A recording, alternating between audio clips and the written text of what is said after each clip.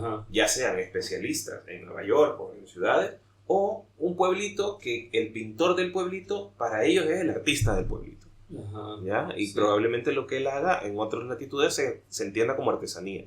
Pero para ese pueblo, para ese colectivo social, él es Exacto. artista. Sí, eso te iba a preguntar, fíjate, porque una de las grandes preguntas que hacíamos nosotros, que se le hacía a Mauricio Domínguez, que fue el profesor de arte que teníamos, no sé si tú lo has escuchado a él. Sí.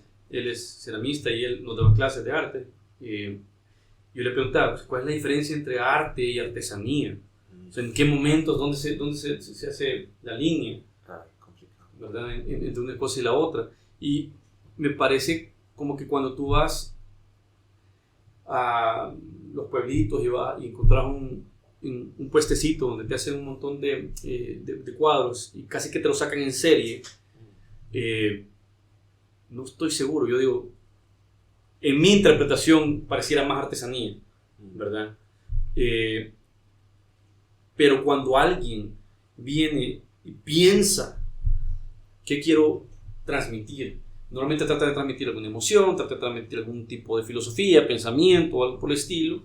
En ese momento ese artista no está transmitiendo solamente como una fotografía pintada, por decir así, sino que más bien está haciendo algo más complejo, ¿verdad? O sea, si pinta un retrato también trata de transmitir esa emoción. ¿Qué emoción me transmite esa persona?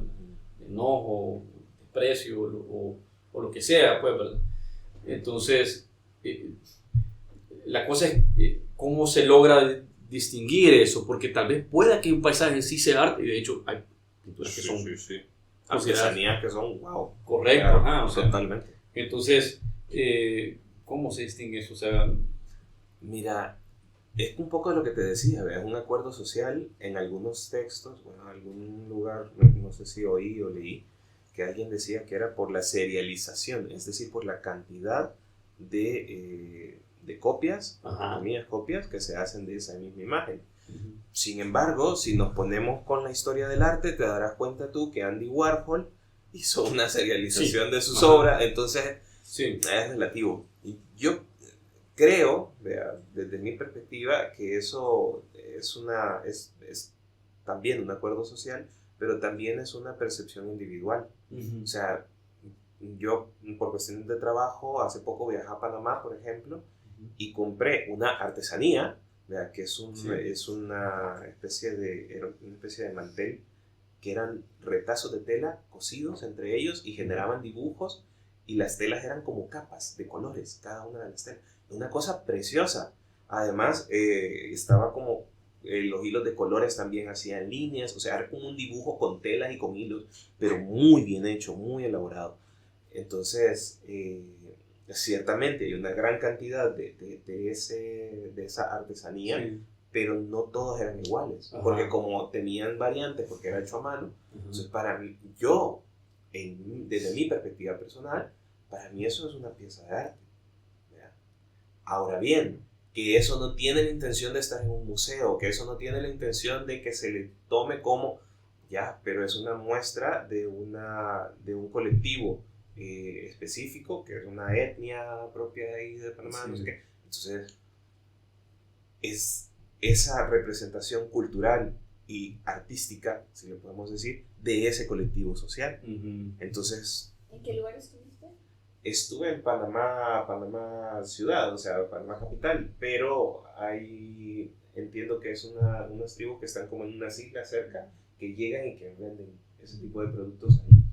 Pero a mí me pareció muy bonito, o sea, me gustó mucho, no solamente el aspecto técnico, sino porque era una imagen del mar, una imagen de unas tortugas, entonces hace referencia a las islas, hace referencia al origen de ellos, o sea, me comenta un poco de quiénes son estas personas. Entonces, que ese objeto me dice de ese colectivo, para mí trasciende el hecho de que sea simplemente un chunche, un objeto tal cual, sino que tiene un valor cultural, histórico incluso, ligado a ese objeto. Y eso es lo que vuelve un chunche, porque al final de cuentas todo lo que es el arte, todos los objetos que son arte, son chunches.